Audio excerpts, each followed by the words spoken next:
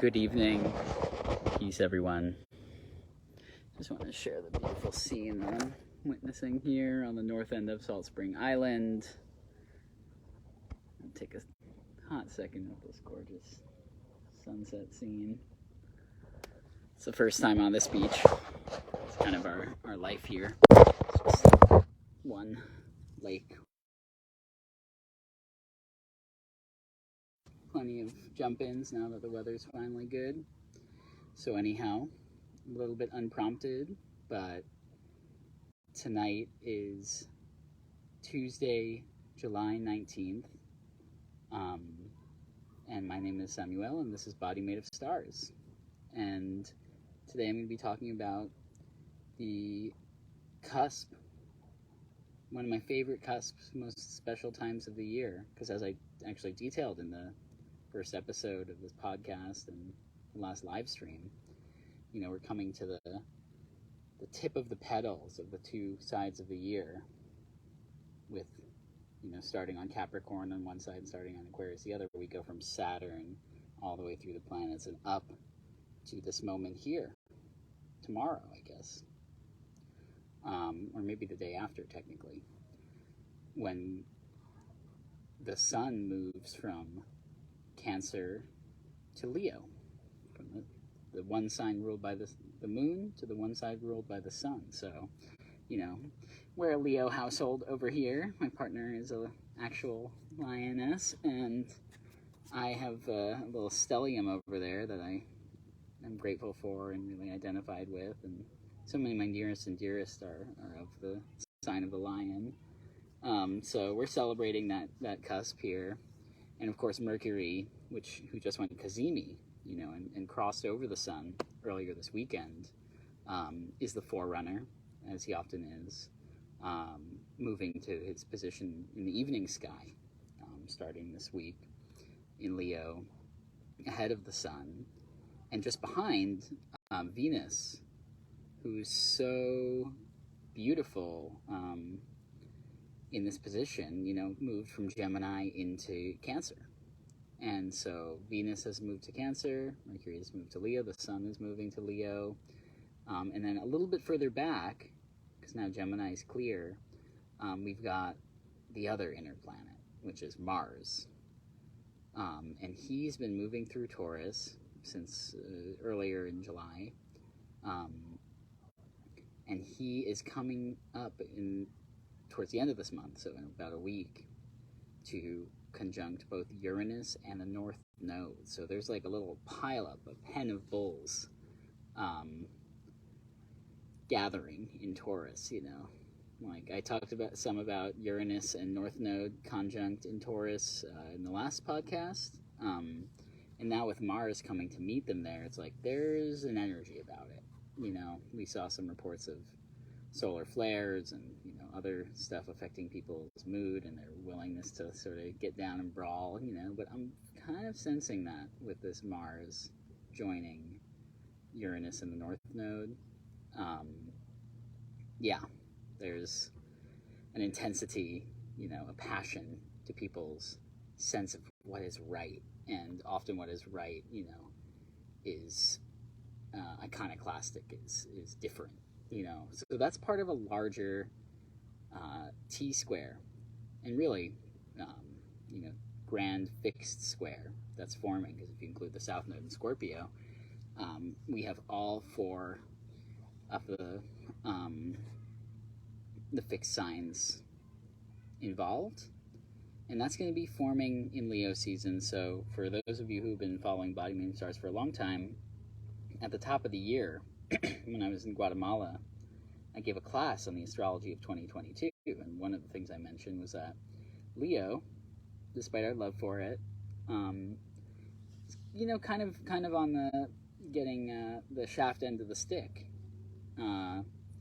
this year, because of its placements relative to the other fixed signs, specifically to this lineup in Taurus I was just delineating, and then of course Saturn, who is slowly making his way through his age in Aquarius. You know, this is many things these past few years, but it's definitely an age of Saturn. You because Saturn has been in his rulership since he entered Capricorn on December 21st, 2017, was it? It feels like lifetimes ago. I remember where I was, though, doing cool stuff. The Williamsburg Hotel, many lifetimes ago.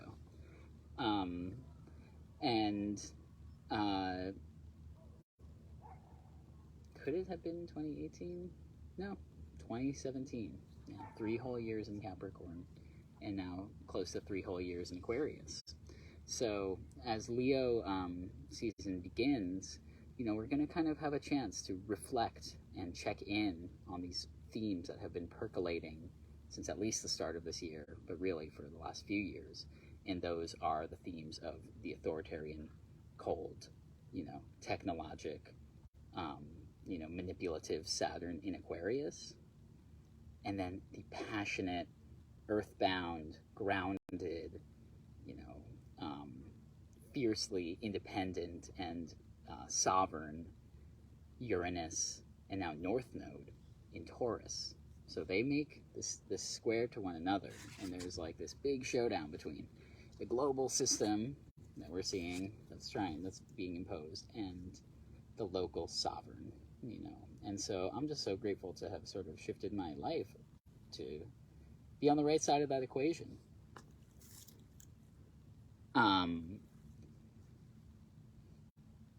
What do I mean by that? Well, I've come to, I live now on an island where there's 12,000 people.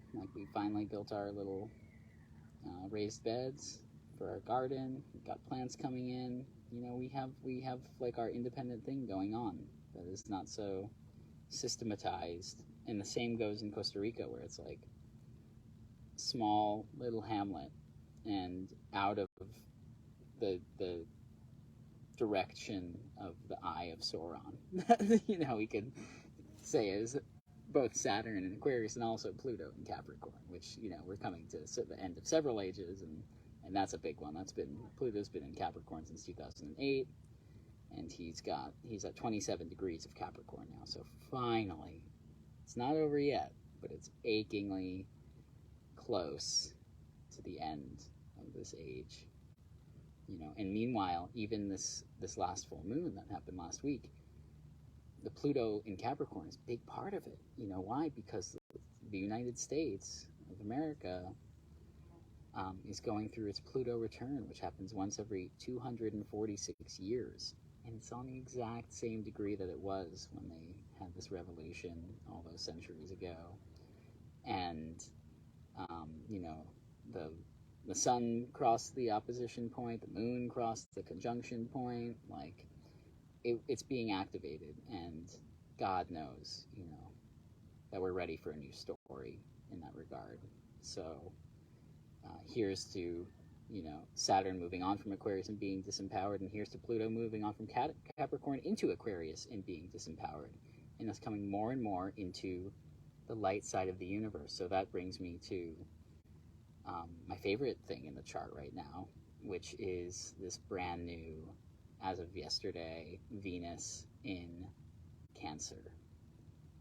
Let's think about the archetypes of Cancer and Venus for a second. So Venus is the benefic. Venus is beauty. I also call Venus, in contrast to her brother Mars, Mars is the force of repulsion, and Venus is the force of attraction. It's this energy that sometimes we call love, also love, one of the many forms of love, that pulls bodies together. And even if you think about the fact that Venus is a really small body with a ton of atmosphere, it's pulled in all this energy. It's just Mars is dried and out, and Mercury is scorched. Venus is thickly covered by gas, by magical things that we have no idea what's going on there. It's my suspicion that there's a form of planetary consciousness and stellar consciousness, that we would not even be able to fathom if it hit us in the face, because it's so different than ours. But of course, we're exposed to that in the ecological sense when we talk about Gaia theory, And, Mackenzie's reading this amazing book that I highly recommend to everyone called Plant Intelligence and the Imaginal Realm that details with a great deal of very well-researched science. It's not a speculative book, of how the Earth brought itself to consciousness and how, like, we are an epiphenomenon. The human creativity is something that didn't just emerge out of unconsciousness, but it's like we are part of this incredibly complex conscious body. So same goes for all these planets, and that's honestly the foundation of like a more embodied form of astrology than just pure horoscopular stuff. It's like we're in dialogue with these bodies. So back to Venus being the force of attraction and the sense of beauty, the Aphrodite. We think about Cancer, the season that we're still in and celebrating this early summer, the waves lapping on the shore at sunset. It's such a Cancer scene right here. In most ways, of course, there's the pulp plant, down to the south that I glance up at as I say that, and I say, well, okay, Capricorn and Aquarius, and they're not too far away. But if you look to the beauty side of things, it's like Venus in Cancer is just the softness and the sweetness and the date nights in at home, and the cuddles under light blankets, and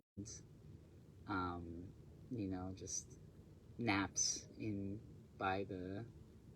the park or by the shore, wherever you are, in the middle of the day, and just just this kind of really sweet thing with your lover or with yourself. So it's a treat.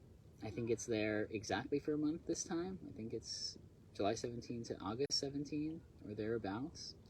So as the sun moves into this more active place, and Mercury is already there, in the height of summer, in the king sign, and with all the fun and power that comes with Leo and challenge, as I mentioned, with the fixed squares and crosses, we have this soft heart, so it's a beautiful time to be a warrior for yourself and for what you believe in, because it's the fierce outwardly and tender inwardly, and that's a nice way to be.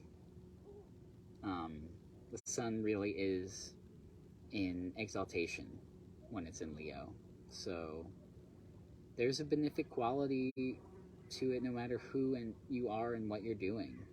Like, I don't know, I come from a family of summertime folks, like mom's Gemini, sister's Leo, and I'm Gemini summer solstice as well. And so we're like, of course, we love the summer. We all say, oh, we get seasonally depressed. Now I like live in the tropics half the year. I've got my tropical spirit, my northern mind, and my southern soul. And so August just had this in our family growing up, just this feeling of exaltation. And it was not an astrological family, not a mystical family very much at all. But yet we just, created the mythology of our own around this time of year. And, Mercury helps with that. Mercury leading the way. So we can tell our own story. Like, if you're in the process of transition now, whether it's to a new home, a new job, a new relationship, Mercury leading the way for the sun into, the golden castle of Leo, kind of gives us the chutzpah, gives us the self-belief that's required. So much of this life is, about removing the limiting factors and letting go of the stories that we keep ourselves shackled in, and so Leo Mercury, Leo Sun gives us the power to do that, and let's not forget Aries Jupiter, because as I mentioned in the last podcast at some length, like Jupiter is in Aries now for the next few months, but this is to me just the first dip into Aries, and it's like the preview of our next 12-year cycle, and Jupiter's next 12-year cycle, that will really start in earnest at the end of this year and go on for almost all of 2023. So, Jupiter is there in the earlier degrees of Aries, kind of encouraging, fanning the fire, and not just fanning the fire, but in some ways passing the torch, because it's been holding the energy of fire all year, at least, since April. What's up, everybody? So I'm back, this time at home, in the beautiful yurt here, in typical Salt Spring Island fashion, even here on the 22nd of July, it's pretty brisk in the morning. So decided to be indoors for once, and can't complain. Love this space so much. And after dropping off the other day with when we were still very thoroughly in Cancer season on the 19th, it's the 22nd, and today Leo season officially begins. What does that mean? Well, it's the season of the sun, ruled by the sun.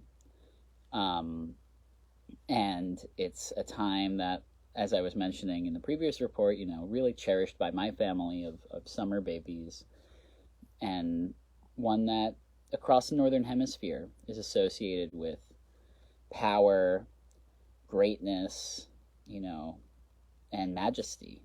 And there's also an overwhelming quality to it. When the sun is in his rulership, it's like it kind of blots out the nuance and the other lights in the sky. As we saw Mercury this past weekend go Cazimi and remain in the beams, leading the way into Leo, we can also maybe, reflect on the influence of our other near and dear planet, Venus, in Cancer, just arrived there on the 18th.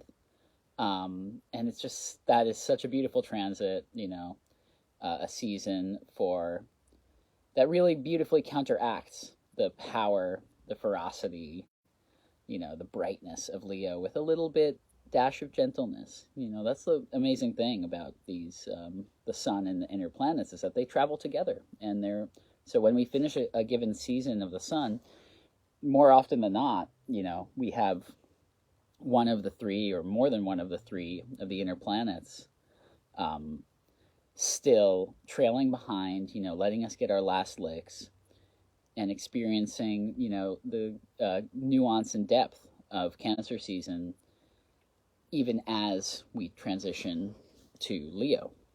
The other thing that has gone down this week is that Chiron stationed retrograde on the 20th, and has really started its retrograde yesterday, started actually moving backwards in the sky. And that's going to persist for a good 4 or 5 months. Chiron's way out there, out by Uranus. And so the retrogrades, although not as poignant and perhaps not as malefic as inner planet retrogrades that are much shorter and, you really can sense. Chiron is the wounded healer. We're in this journey of healing the wound of the primal masculine, as he returns to Aries for the first time since his discovery in the 70s. And there's a few things to look out for. For one, wounded healer in Aries, depending on where that falls in your chart, look out for actual wounding to the physical body. It's kind of like having a Mars in Aries transit happening, or a Mars 6th house transit happening. When Chiron turns retrograde, it's just like, watch out for your body. I have Aries in the 1st house, so, watch out for my physical body. But maybe if it's, in your 2nd house, it's watch out for your possessions. In the 4th house, watch out for your house.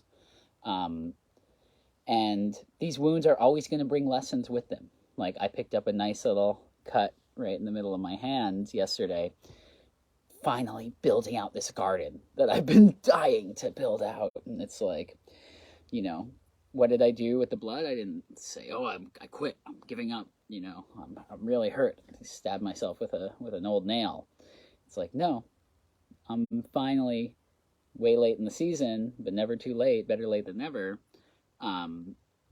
putting in plants into the garden. And so I put my blood, you know, on the soil and mixed it with the soil.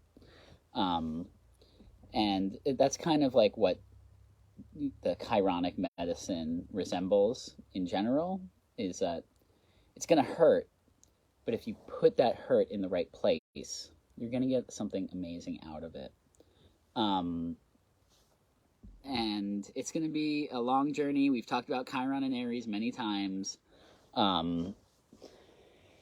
He is in the process of reformulating what it means to be a masculine body, masculine presence, like, you know, whether it's transgenderism or it's really just coming to understand the role of a good man in a new way. It's like me and you know, people who are near and dear to me have taken different courses on that. Like, some people have said, oh, you know what, I want to divorce myself from the masculine principle, and I want to step into other roles of being non-binary, being more, you know, feminine and female identified. For me, it's like, you know, I have stepped in. I'm in the process, continuing to step into what it means to be a good man. And Chiron is showing us all those lessons, you know, in the Aryan way, you know. So watch out as Leo season progresses, you know, for these powerful supports to Jupiter and Chiron over there in Aries, making their way through and, you know, empowering that difficult work, giving us a new angle, a new perspective, and some energy to really move in that direction. The last thing I want to touch on, I'm going to keep this report really brief because I'm going to splice and combine the transmission that I gave on Tuesday evening with this one here on Friday morning, and we're going to make the eternal wedding. How fitting that we'll have, you know, one half of it come from the Cancer side of the cusp, the other from the Leo side of the cusp, and where I'm looking back to now is this alignment that is happening in Taurus. Next week, the Uranus and North Node conjunction comes to exactitude. This is an awesome one. This is like new trends in astrology, new breakthroughs in technology, and perhaps I've seen some astrologers that I admire and follow, Gary P. Caton, Adam Summer, others, talking about this Uranus North Node conjunction, which, by the way, only happens, you know, once every couple decades, because the Uranus is moving forward very slowly, and Neptune and the North Node is moving backwards. So I guess it's about once every 15 years, and this one could be a breakthrough in terms of financial astrology. I've seen several people quote just this week that long forgotten and now being remembered J.P. Morgan quotation, which, you know, no hero to me, or should not really be a hero to anyone, but definitely a winner in the world game of capitalism. And he said, anyone can be a millionaire, but if you want to be a billionaire, you need an astrologer. It's like to know time, to study time, the art and the science of time, what we're doing here with this storytelling and astrology. So the Uranus North Node conjunction in Taurus, the house of money, of the physical world, of possessions, you know, and of the stance, you know, of like standing tough and holding ground, you know, and weathering the differences of an opinion that can really, you know, shake a more mutable person, you know, or a more mutable sign. it offers, what's up, Yaniv? A very different perspective, on the purpose and the meaning of studying time than usual. And it can be to position oneself in the world. It's not just a spiritual study, it's a practical study. That's what this Uranus and North Node stuff is reminding us. And of course, I've set up Uranus over the last several years, in its square to Saturn, this fixed square that we've been experiencing, as like the revolution is in the garden, it's in our front yard, it's in our kitchen. What did I do before setting this podcast up? I got my chaga and my reishi boiling, and it's like, that's my priority, it's like taking care of the home, of the hearth, of the health, of the body, as a stand against the Great Reset, as a stand against the world system, and the domination system.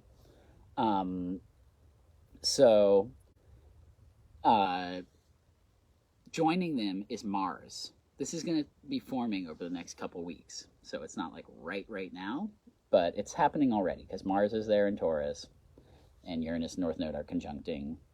And when you have Mars in Taurus,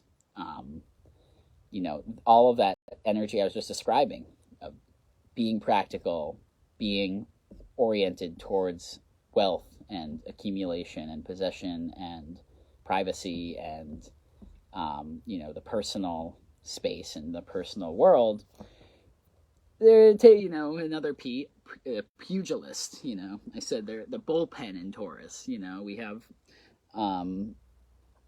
Mars willing to throw down for what it believes in, and standing up for itself. And, we can really protect our people, our family, our children, our wives, our husbands, and say, I'm not here to just be tread over and, be brushed along, and into the next iteration of the societal trauma, that is brought on us by the media and by the government, and, by the mechanisms of corporate greed. And, that's what we're doing in the garden. It might hurt. You might, stab yourself. It takes learning new skills for a lot of us. I was raised in the suburbs. I barely knew how to run a dishwasher, much less build a house, and so we go out on a limb, and Mars again gives us the energy, gives us the courage, gives us the excitement to get practical, get our hands dirty, and learn these new skills. So it's at odds with the Leo Sun, just like it's at odds with the Saturn and Aquarius. They call that a T-square, a fixed T-square.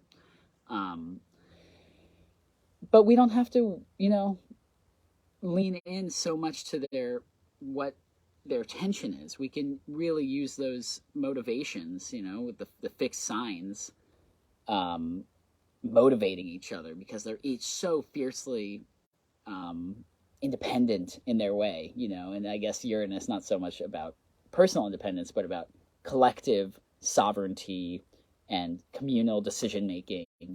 And then the Leo being I am the king of my own universe, So when we partner Leo and Taurus, maybe when they're two sun signs, they're not necessarily going to get along because this Taurus ain't going to move and the Leo isn't going to back down.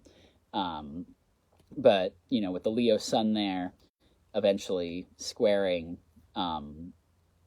this conjunction in Taurus towards the end of the month, or towards really, later in August, it's going to be a story about my own sense of royalty, personal sovereignty, self-determination, and it coming up against, the limits that I have of my skill set, of my pocketbook, of my garden. It's like, when are these tomatoes going to pop? We've been putting in the work. So, as ever, the medicine is patience. And that brings me back to Venus and Cancer and this eternal wedding concept. You know, we the zodiac, like two petals of the lotus, you know, or two hands clasped together, comes to this point that we are at now. And now we have crossed from the moon side of the equation, there's mom, to the sun side of the equation, there's dad, from Cancer into Leo. And it's a beautiful cusp. It can be a really beautiful time of year. And even as we move into the more masculine, powerful, you know, independent energy of Leo, Venus is calling us back to love. You know, so be gentle with your loved ones. Remember that their internal experience is as complex as anyone's, you know, and basically that everyone is the king of their, and queen, and, you know, what do I say, queen, non-binary royal of their own cosmos, you know. And so Venus in Cancer kind of invites us to meet them as that, instead of as an object, you know, like fully subjecting, or rather subjectifying those that we encounter, the people that we love, the strangers on the street, the homeless, the millionaires, the billionaires, the baristas, everyone, you know, has an internal life that is complex and rich. The idea of an NPC is just, you know, a really kind of sad and telling sham, you know, that is emblematic of our age of dissociation from the collective body, you know, and maybe is a harbinger, like a preview of what it'll feel like later, you know, as we integrate these lessons and come to recognize everyone as their own unique sovereign. And that's really like, that's the age of Aquarius, where it's like, we're in a group, we're all in this together, but the only way we can be together is if we recognize each other as fundamentally sovereign and sacred, you know, and you're with a right to your own space and your own opinions, and, you know, far from the Schwabian own nothing and be happy. It's like, let us have our land, our relationships, our children, our careers, you know, that are ours. Something, it's like the alchemical process that happens internally, and then we emerge with the gold, the great work that happens inside. So yeah, I think I'll leave it there. We'll probably have a healthy length podcast, you know, for this beautiful eternal wedding. And I invite you all into enjoyment of this summer, you know, this Leo season, into gentleness with your friends and lovers, strangers, and, you know, into a revolutionary ferocity and stubbornness and power, as we step into our purpose and aim for